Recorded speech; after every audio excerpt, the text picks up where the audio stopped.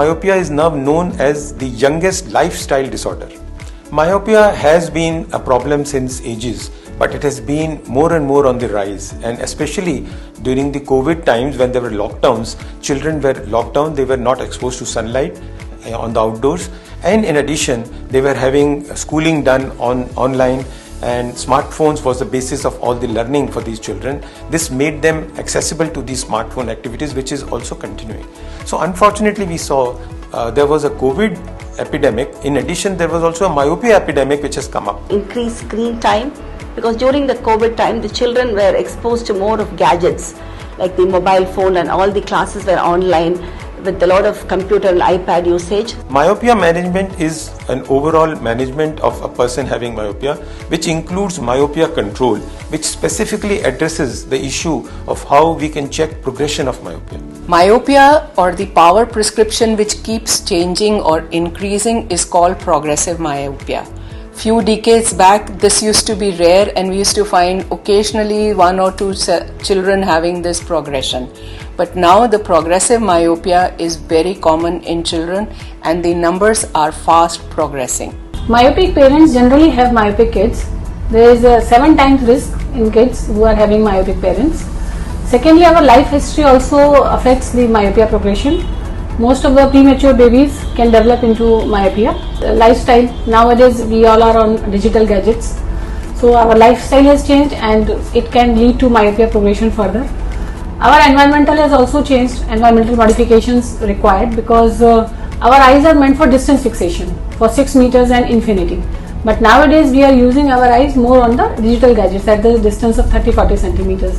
Age of the child, parental history, birth history, lifestyle changes, and the environmental factors.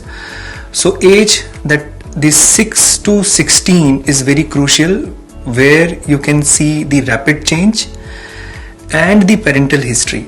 The risk factors for myopia most commonly are genetic, because we all know now that myopia is inherited. If one of the parent is myope, the odds ratio is 2, and if both the parents are myope, the odds ratio is 5. If there is a history of prematurity, the risk of myopia increases.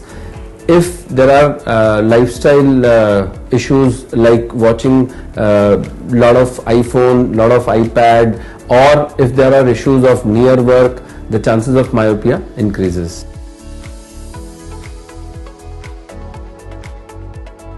Children who have weak eyesight or myopia have various symptoms, like they'll be rubbing the eyes, sitting closer to the television, they will hold the books closer when they are reading, and they might be watering or squeezing, squinting. These kind of symptoms which the parents should be aware of and should immediately take notice of. The symptoms of myopia would typically be reduced vision or dimness of vision. The kid would actually come back telling parents that he is not able to copy from the board properly, and he would be going close to the television to watch it, and when he is trying to see things clearly, he is trying to squint his eyes or trying to squeeze his eyes. Some of the patients may complain of headache also. The child is usually coming closer to the TV to see it clearer. He may also complain of eye strain. He may usually also have a tendency of squinting the eyes, like squeezing the lids in order to see better. So if you find this is there, or whenever you ask a child that can he see the signboards at a far distance, or sometimes the school teachers will find out that a child who has been asked to sit on a back seat is not able to see the blackboard, and then he is referred for myopia.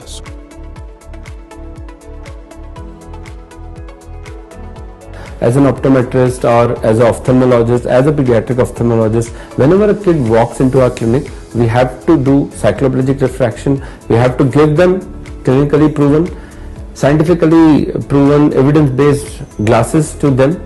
We have to prescribe full correction to them so that the progression does not occur.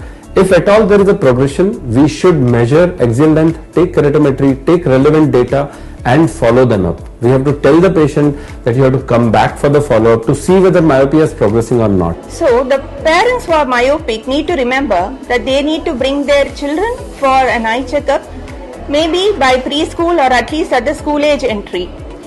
Then we do eye examination, a binocular vision assessment, and followed by retina evaluation, and after that we do a counseling session with the parents.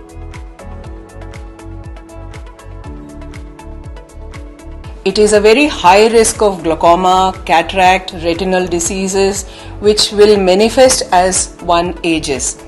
There are certain conditions in the posterior segment like the myopic maculopathy, which is a very seriously disturbing visual condition. Retinal detachment is another condition which is also going to be worsened with more of myopia. Then the common conditions like cataract and glaucoma are also increased by myopia, and progression of myopia makes it worse. We have seen that every 1 diopter of myopia increase can rise in these problems to almost 40% in maculopathy, about 20-30% retinal detachments, and similarly in cataract and glaucoma about a 20% rise is seen with every 1 diopter of myopia progression.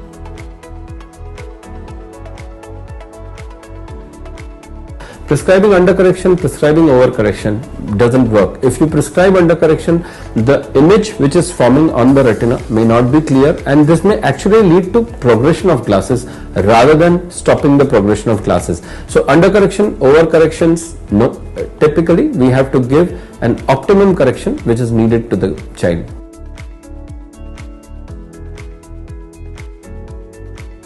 So we have had myopia control solutions which are atropine drops, contact lenses and the spectacle lenses. There are many more options which are coming up in the market, but as a responsible optometrist I only believe where I have evidence and research, where I can be honest to my recommendations. One of the major problems with low concentration atropine is the compliance, the consistency with which the parents are able to put the drops. So that is one of the major issues with low concentration atropine.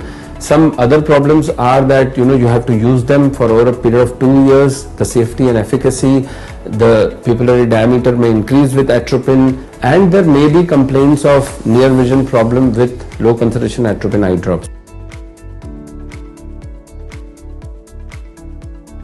No to digital gadgets, outdoor exposure minimum to 2.5 to 3 hours in a day, with proper diet, posture, sleep and light. Lifestyle adaptation is the first thing that we start talking, because this is the minimum what they can do.